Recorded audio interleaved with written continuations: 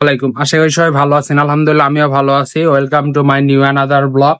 আর আজকে আমি জানতে পারছি হচ্ছে মধুপুর উপজেলায় প্রায় 40,000 গাছের চারা ধ্বংস করা হবে এবং কাটা হবে।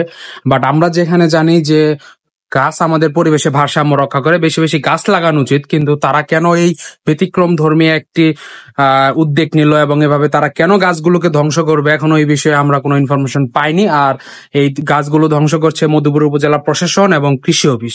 তাদের কাছ থেকে আমরা জানবো আজকে কেন তারা এতগুলো গাছকে ধ্বংস করছে এবং এটার কারণ কি, সেই সম্পর্কে আজকে এই ভিডিওতে আপনাদেরকে ফুল দেখাবো। সুতরাং ফুল ব্লগটা আপনাদেরকে অবশ্যই দেখতে হবে।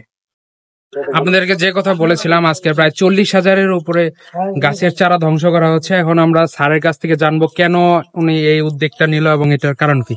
স্যার, আমরা তো জানি যে গাছ পরিবেশে ভারসাম্য রক্ষা করে, বাট আপনি এত বড় একটা সিদ্ধান্ত একটু যদি বলতেন এই বিষয়ে, এটা কেন স্যার এই করতেছে?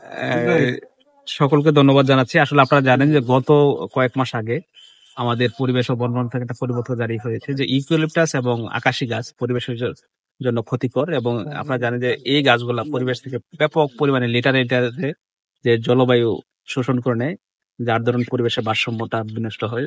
সেজন্যই মন্ত্রণালয়ের সিদ্ধান্ত মোতাবেক আমরা সকল উপজেলা নেয় আমরা মধুপুরেও গতকাল প্রায় 40,000 ইউক্যালিপটাস, আজকে 40,000 আকাশী গাছ যেটা আমরা ধ্বংস করছি। এই কার্যক্রমটা চলমান থাকবে।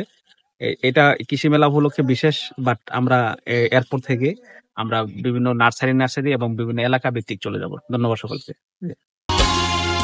প্রতিদিন তোমায় দেখি সূর্য রাগে, প্রতিদিন তোমার কথা হৃদয়ে জাগে। ও আমার দেশ, ও আমার বাংলাদেশ। যে কথা বলেছিলাম যে আজকে প্রায় 40,000 ইউক্যালিপটাস গাছ এবং 40,000 আকাশী যে গাছটা আছে, প্রায় মোট 80,000 প্লাস গাছ ধ্বংস করা হচ্ছে। এবং এই বিষয়ে ইউনূস স্যার আমাদের কিছুক্ষণ আগে কিছু মেসেজ দিয়েছে। আপনারা ভিডিও যদি পুরোটা দেখে থাকেন অবশ্যই সেগুলো দেখেছেন। এবং এটা হচ্ছে এই গাছগুলোকে ধ্বংস করার কারণে এগুলো পরিবেশে ভারসাম্য নষ্ট করে, যে কারণে এই গাছগুলোকে ধ্বংস করা হচ্ছে। সুতরাং আমরা সবাই সচেতন হব এবং সকল নার্সারি ভাইদের কাছে অনুরোধ থাকবে এই গাছগুলোর চারা আর আপনারা উৎপাদন করবেন না।